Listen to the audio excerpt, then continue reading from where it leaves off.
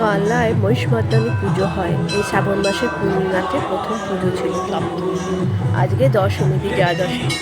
মা এখানে স্বপ্নাদেশে এসেছিলেন, ওই কানলা ঘাটে উঠেছিলেন এবং কানলা ঘাটের সামনেই ওনার মন্দির এবং ওখানে পুজো হয়।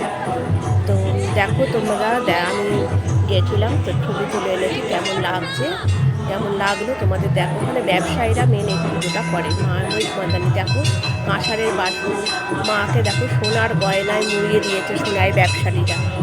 সব এগুলো মায়ের এতে মানে লকারে রাখা থাকে। আর এইসব বাসনপত্র আবার ওরা নিয়ে চলে যায়, কিন্তু সাজায় সব কিছু নিজেদের মতন। আর এই 4 দিন কানলা প্রায় বন্ধই থাকে, প্রত্যেকটা দোকান।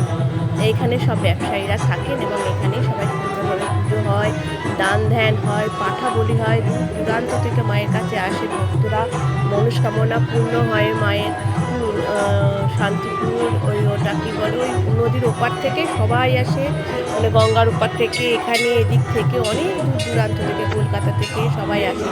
দেখো তোমাদের কেমন লাগলো। আমি যতটা পেরেছি সম্ভব তুলতে পেরেছি, তুলে তোমাদের সামনে রাখলাম। কেমন লাগলো বলো। জয় মা।